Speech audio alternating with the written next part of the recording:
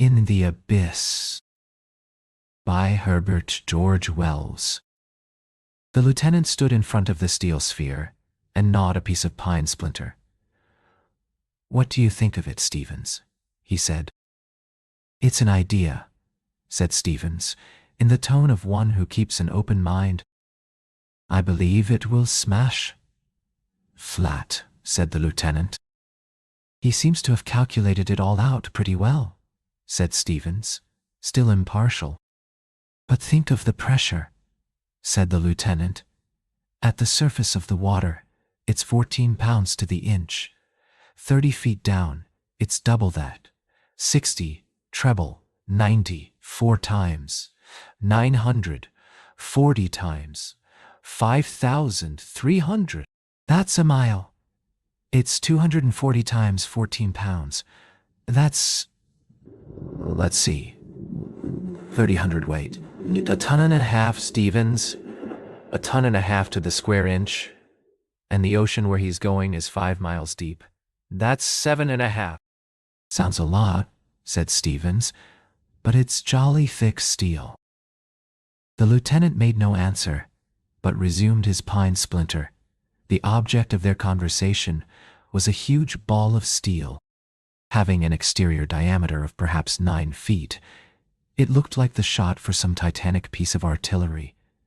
It was elaborately nested in a monstrous scaffolding built into the framework of the vessel, and the gigantic spars that were presently to sling it overboard gave the stern of the ship an appearance that had raised the curiosity of every decent sailor who had sighted it, from the Pool of London to the Tropic of Capricorn.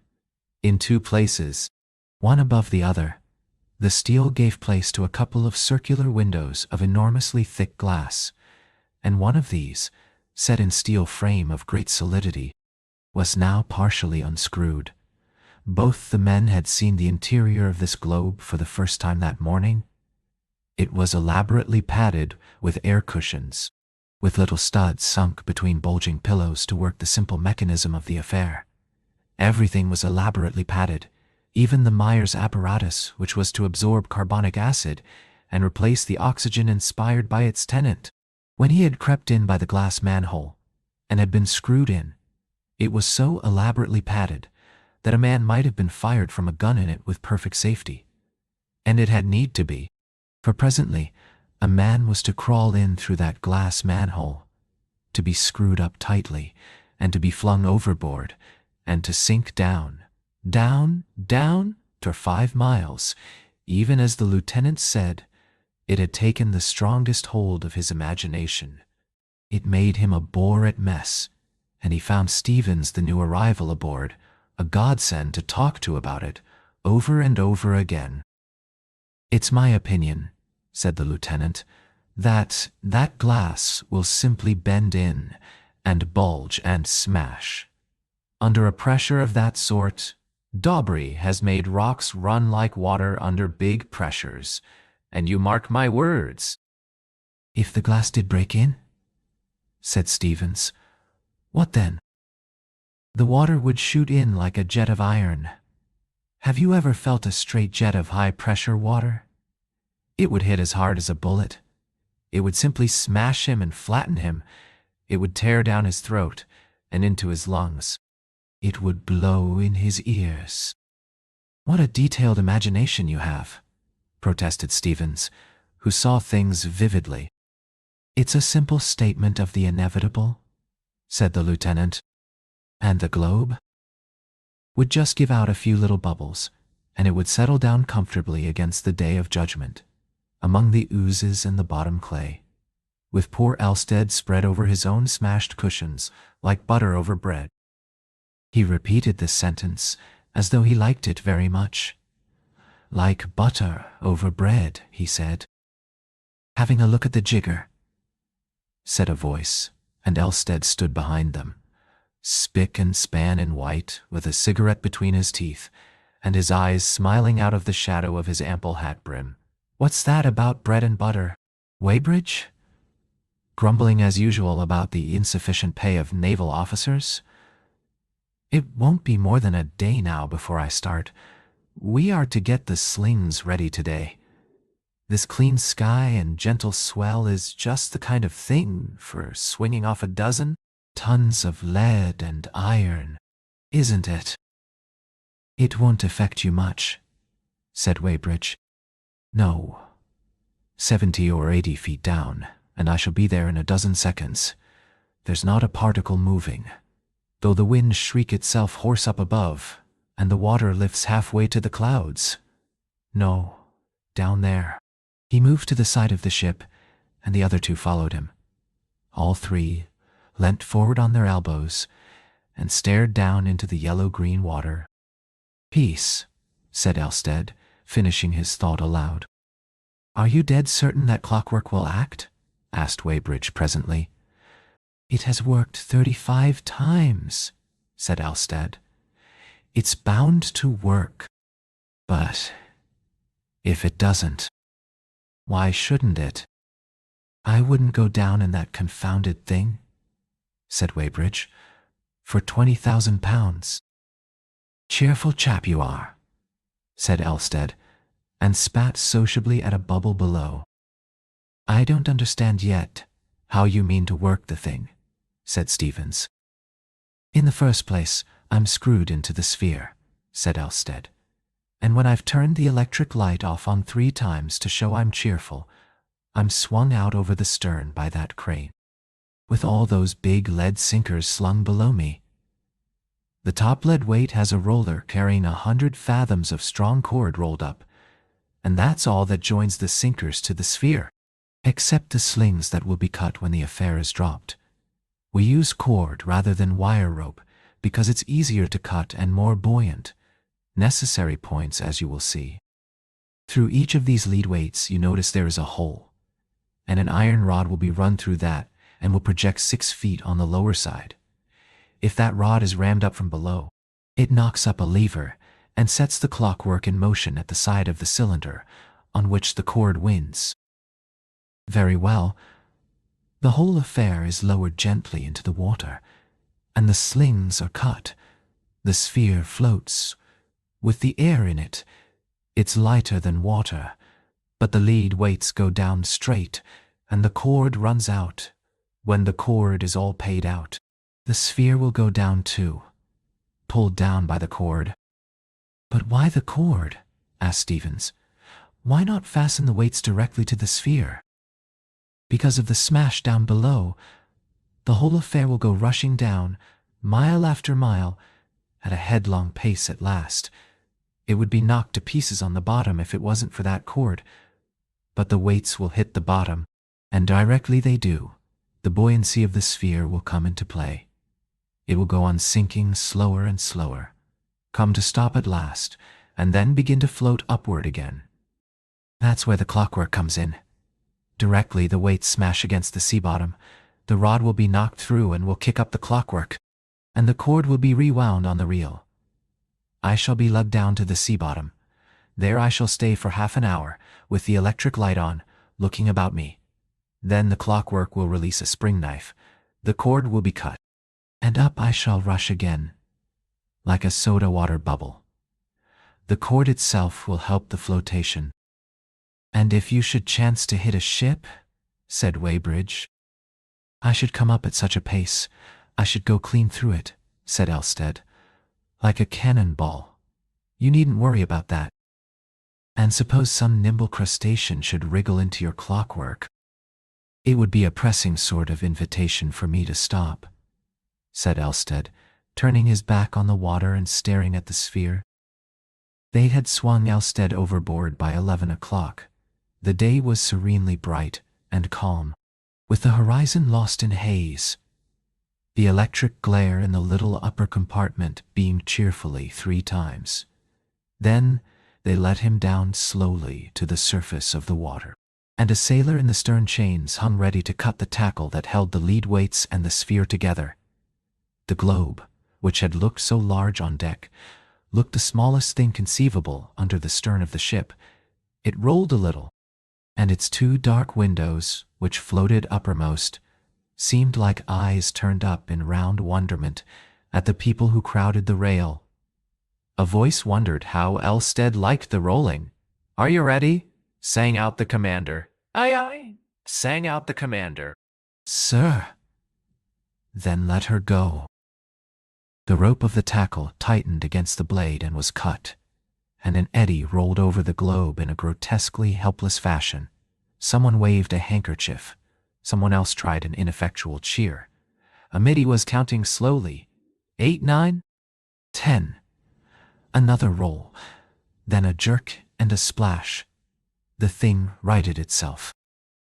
It seemed to be stationary for a moment, to grow rapidly smaller, and then the water closed over it, and it became visible, enlarged by refraction and dimmer.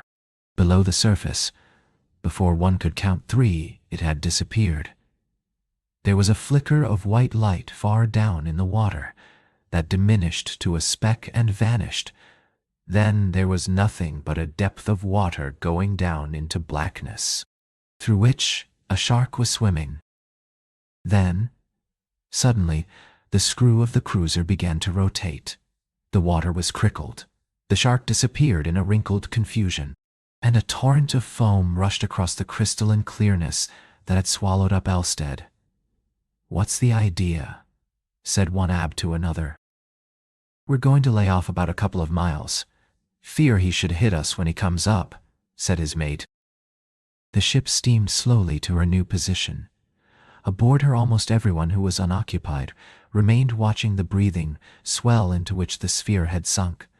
For the next half hour, it is doubtful if a word was spoken that did not bear directly, or indirectly, on Elstead. The December sun was now high in the sky, and the heat very considerable. "He'll be cold enough down there," said Weybridge. "They say that below a certain depth sea water's always just about freezing." "Where'll he come up?" asked Stevens. "I've lost my bearings." "That's the spot," said the commander, who prided himself on his omniscience. He extended a precise finger southeastward. "And this, I reckon, is pretty nearly the moment," he said. "He's been 35 minutes. "How long does it take to reach the bottom of the ocean?" asked Stevens.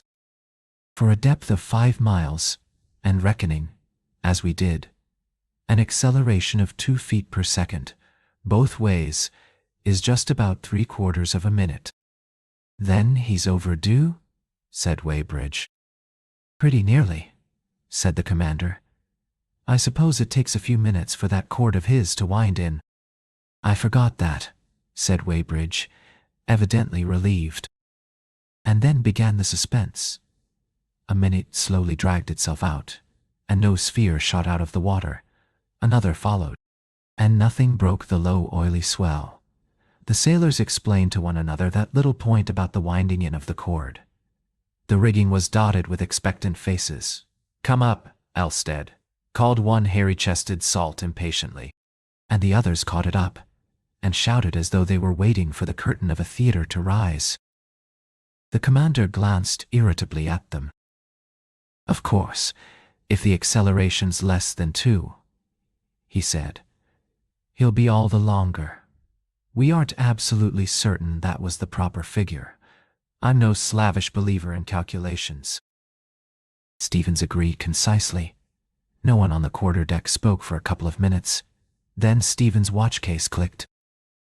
When, 21 minutes after the sun reached the zenith, they were still waiting for the globe to reappear, and not a man aboard had dared to whisper that hope was dead. It was Weybridge who first gave expression to that realization. He spoke while the sound of 8 bells still hung in the air. "I always distrusted that window," he said, quite suddenly to Stevens. "Good God," said Stevens. "You don't think—" "Well," said Weybridge, and left the rest to his imagination. "I'm no great believer in calculations myself," said the commander dubiously, "so that I'm not altogether hopeless yet." And at midnight the gunboat was steaming slowly in a spiral round the spot where the globe had sunk, and the white beam of the electric light fled and halted, and swept discontentedly onward again over the waste of phosphorescent waters under the little stars. "If his window hasn't burst and smashed him," said Weybridge. Then it's a cursed sight worse, for his clockwork has gone wrong, and he's alive now, 5 miles under our feet, down there in the cold and dark, anchored in that little bubble of his, where never a ray of light has shone or a human being lived, since the waters were gathered together. He's there without food, feeling hungry and thirsty and scared, wondering whether he'll starve or stifle. Which will it be? The Myers apparatus is running out, I suppose. How long do they last? Good heavens, he exclaimed. What little things we are, what daring little devils. Down there, miles and miles of water. All water, and all this empty water about us, and this sky. Gulfs! He threw his hands out, and as he did so, a little white streak swept noiselessly up the sky, traveled more slowly, stopped, became a motionless dot, as though a new star had fallen up into the sky. Then it went sliding back again, and lost itself amidst the reflections of the stars and the white haze of the sea's phosphorescence. At the sight he stopped, arm extended and mouth open. He shut his mouth, opened it again, and waved his arms with an impatient gesture. Then he turned, shouted Elstead, "Aye, to the first watch!" and went at a run to Lindley and the searchlight. "I saw him," he said, "starboard there. His light's on and he's just shot out of the water. Bring the light round. We ought to see him drifting when he lifts on the swell." But they never picked up the explorer until dawn. Then they almost ran him down. The crane was swung out, and a boat's crew hooked the chain to the sphere. When they had shipped the sphere, they unscrewed the manhole and peered into the darkness of the interior, for the electric light chamber was intended to illuminate the water about the sphere, and was shut off entirely from its general cavity. The air was very hot within the cavity, and the india rubber at the lip of the manhole was soft. There was no answer to their eager questions, and no sound of movement within. Elstead seemed to be lying motionless, crumpled in the bottom of the globe. The ship's doctor crawled in and lifted him out to the men outside. For a moment or so, they did not know whether Elstead was alive or dead. His face, in the yellow light of the ship's lamps, glistened with perspiration. They carried him down to his own cabin. He was not dead, they found, but in a state of absolute nervous collapse, and besides cruelly bruised. For some days he had to lie perfectly still. It was a week before he could tell his experiences. Almost his first words were that he was going down again. The sphere would have to be altered, he said, in order to allow him to throw off the cord if need be, and that was all. He had the most marvelous experience. "You thought I should find nothing but ooze," he said. "You laughed at my explorations, and I've discovered a new world." He told his story in disconnected fragments, and chiefly from the wrong end, so that it is impossible to retell it in his words.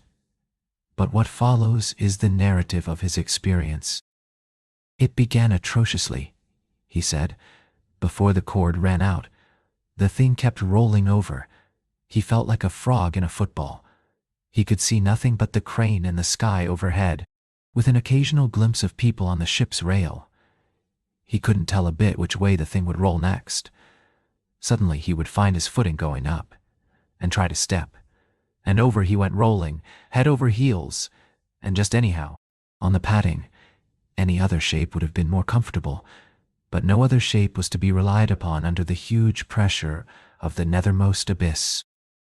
Suddenly the swaying ceased, the globe righted, and when he had picked himself up, he saw the water all about him greeny blue, with an attenuated light filtering down from above, and a shoal of little floating things went rushing up past him, as it seemed to him, towards the light, and even as he looked, it grew darker and darker, until the water above was as dark as the midnight sky, albeit of greener shade, and the water below black, and little transparent things in the water developed a faint glint of luminosity, and shot past him in faint greenish streaks.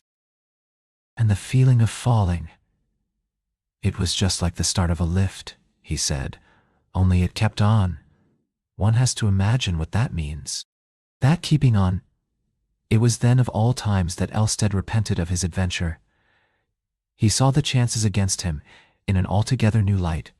He thought of the big cuttlefish people knew to exist in the middle waters, the kind of things they find half digested in whales at times, or floating dead and rotten and half eaten by fish. Suppose one caught hold and wouldn't let go. And had the clockwork really been sufficiently tested? But whether he wanted to go on or go back mattered not the slightest now. In 50 seconds, everything was as black as night outside, except where the beam from his light struck through the waters, and picked out every now and then some fish or scrap of sinking matter. They flashed by too fast for him to see what they were. Once he thinks he passed a shark, and then the sphere began to get hot by friction against the water. They had underestimated this. It seems. The first thing he noticed was that he was perspiring, and then he heard a hissing, growing louder under his feet, and saw a lot of little bubbles. Very little bubbles they were, rushing upward like a fan through the water outside. Steam. He felt the window, and it was hot. He turned on the minute glow lamp that lit his own cavity, looked at the padded watch by the studs, and saw he had been traveling now for 2 minutes. It came into his head that the window would crack through the conflict of temperatures, for he knew the bottom water is very near freezing. Then suddenly, the floor of the sphere seemed to press against his feet. The rush of bubbles outside grew slower and slower, and the hissing diminished. The sphere rolled a little. The window had not cracked. Nothing had given. And he knew that the dangers of sinking, at any rate, were over. In another minute or so, he would be on the floor of the abyss, he thought, he said, of Stevens and Weybridge and the rest of them 5 miles overhead, higher to him than the highest clouds that ever floated over land are to us, steaming slowly and staring down and wondering what had happened to him. He peered out of the window. There were no more bubbles now, and the hissing had stopped. Outside there was a heavy blackness, as black as black velvet, except where the electric light pierced the empty water and showed the color of it, a yellow-green. Then 3 things like shapes of fire swam into sight, following each other through the water. Whether they were little and near or big and far off, he could not tell.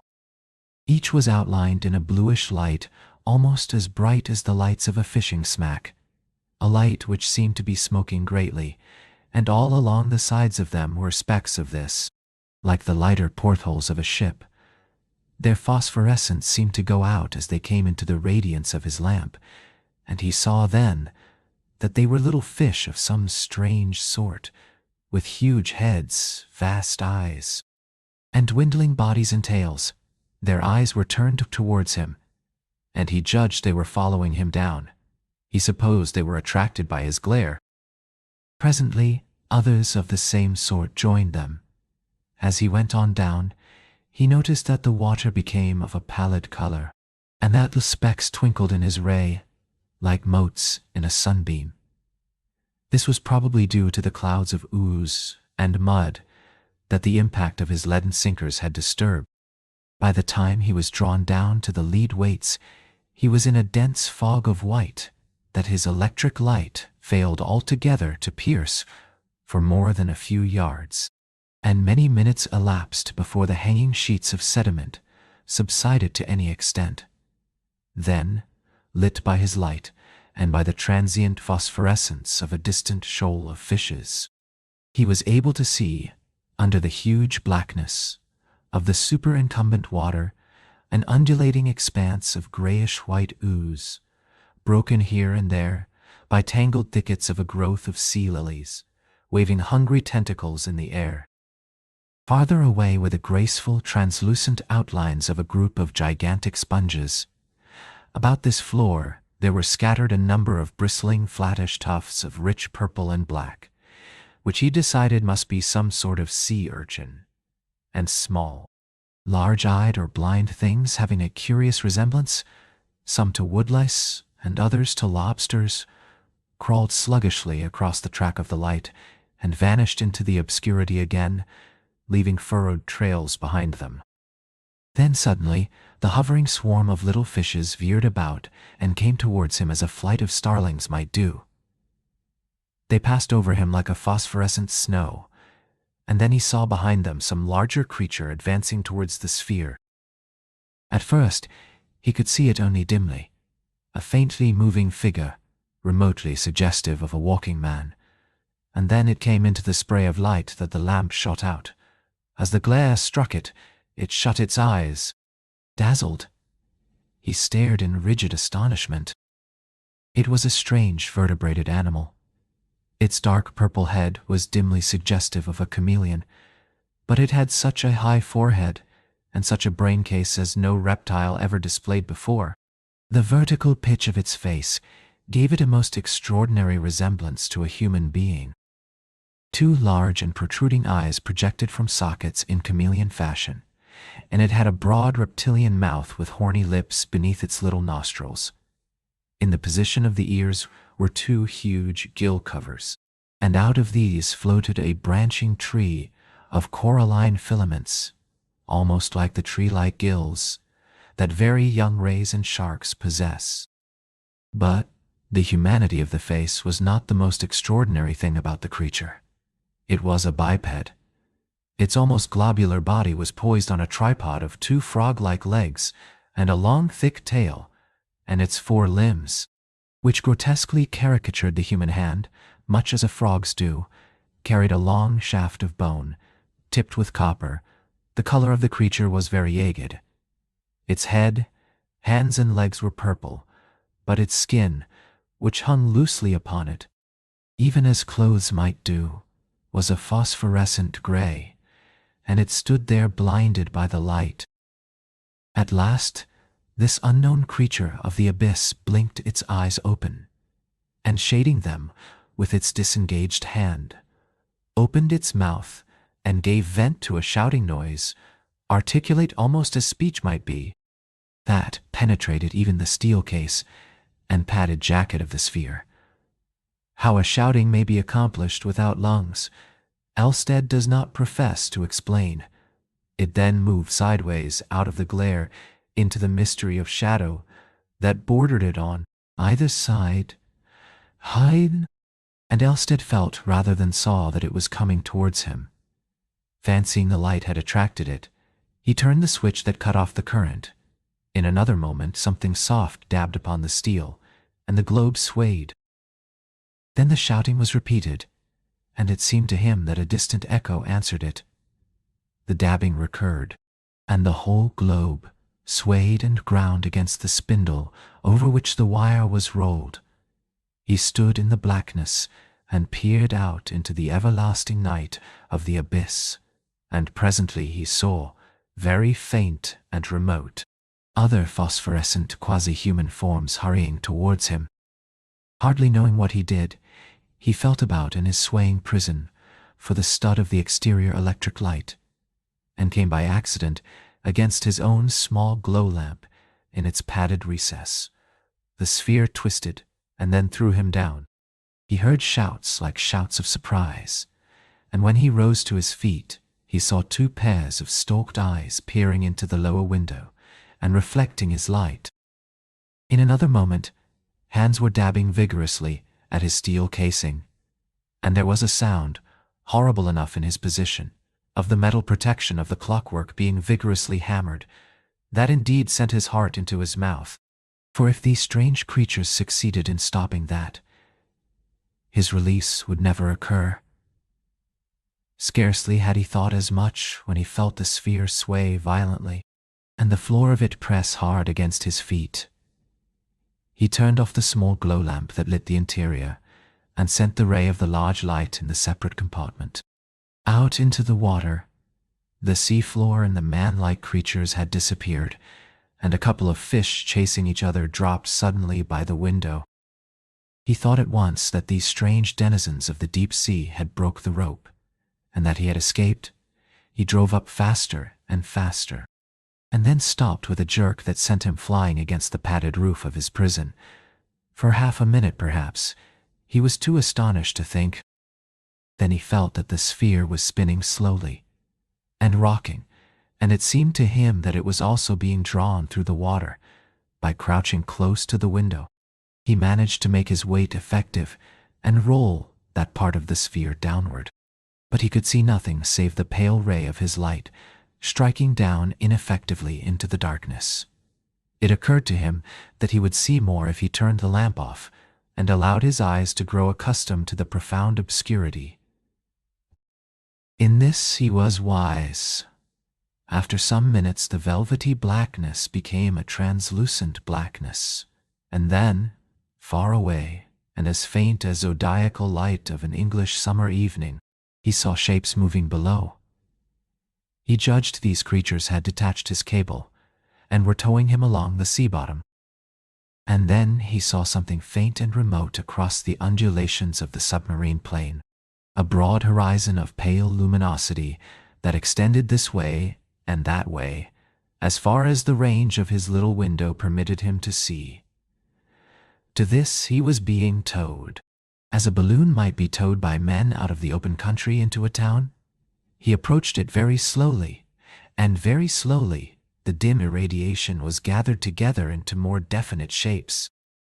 It was nearly 5 o'clock before he came over this luminous area, and by that time he could make out an arrangement suggestive of streets and houses grouped about a vast roofless erection that was grotesquely suggestive of a ruined abbey. It was spread out like a map below him. The houses were all roofless, enclosures of walls, and their substance being, as he afterwards saw, of phosphorescent bones, gave the place an appearance as if it were built of drowned moonshine. Among the inner caves of the place waving trees of crinoid stretched their tentacles, and tall, slender, glassy sponges shot like shining minarets and lilies of filmy light out of the general glow of the city. In the open spaces of the place he could see a stirring movement as of crowds of people, but he was too many fathoms above them to distinguish the individuals in those crowds. Then slowly they pulled him down, and as they did so, the details of the place crept slowly upon his apprehension. He saw that the courses of the cloudy buildings were marked out with beaded lines of round objects, and then he perceived that at several points below him, in broad open spaces, were forms like the encrusted shapes of ships. Slowly and surely he was drawn down, and the forms below him became brighter, clearer, more distinct. He was being pulled down, he perceived, towards the large building in the center of the town, and he could catch a glimpse ever and again of the multitudinous forms that were lugging at his cord. He was astonished to see that the rigging of one of the ships, which formed such a prominent feature of the place, was crowded with a host of gesticulating figures regarding him, and then the walls of the great building rose about him silently and hid the city from his eyes. And such walls they were, of water-logged wood, and twisted wire rope, and iron spars, and copper, and the bones and skulls of dead men. The skulls ran in zigzag lines and spirals and fantastic curves over the building, and in and out of their eye sockets, and over the whole surface of the place, lurked and played a multitude of silvery little fishes.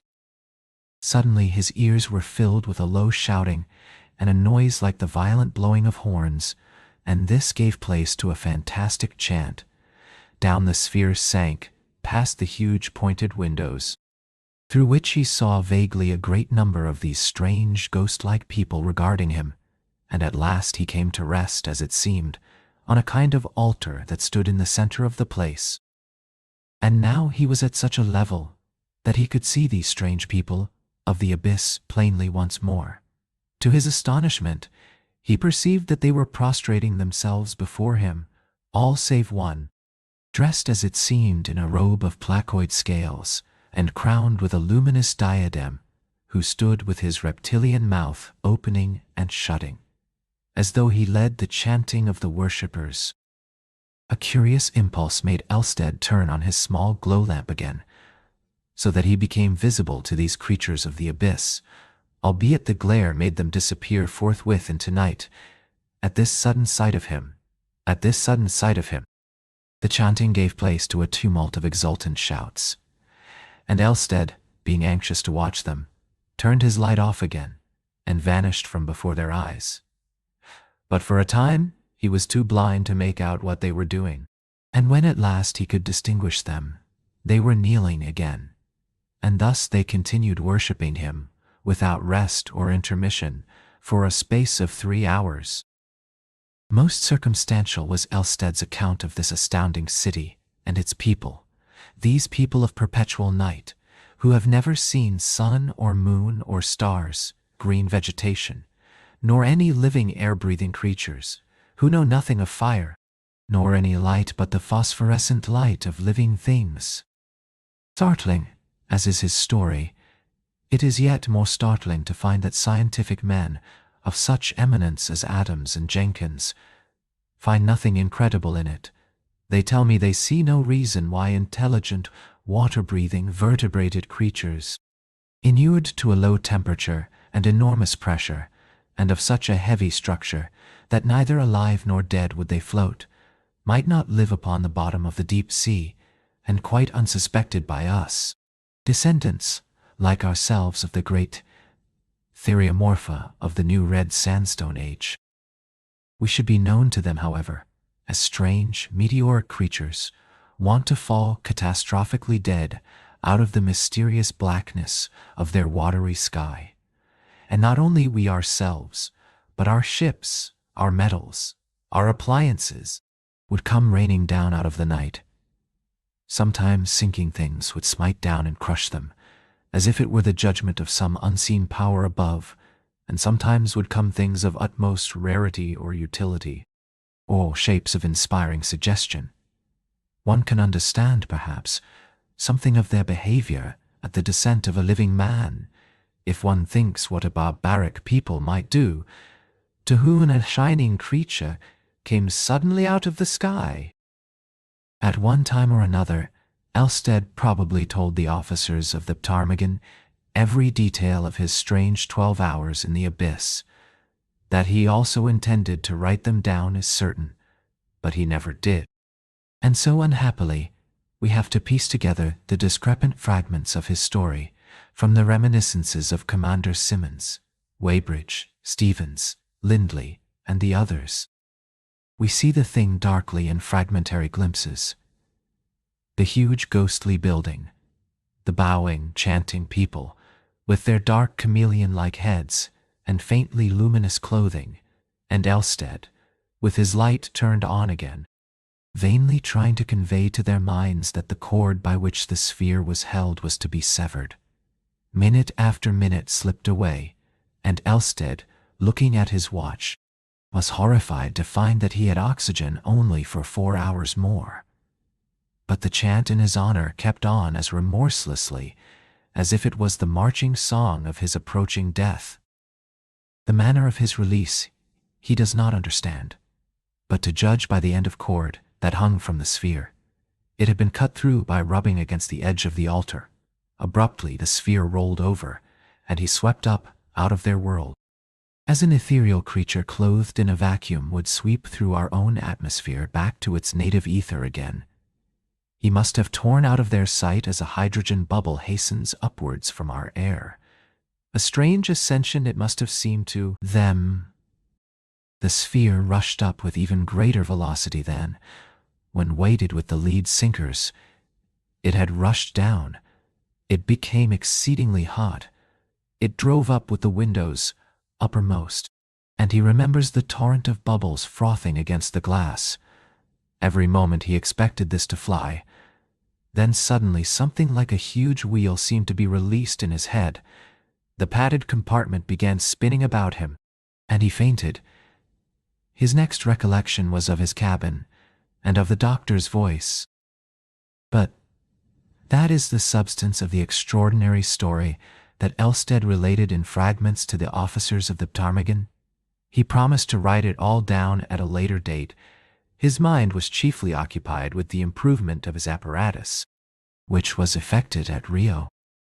It remains only to tell that on February 20, 1896, he made his second descent into the ocean abyss. With the improvements his first experience suggested, what happened we shall probably never know. He never returned.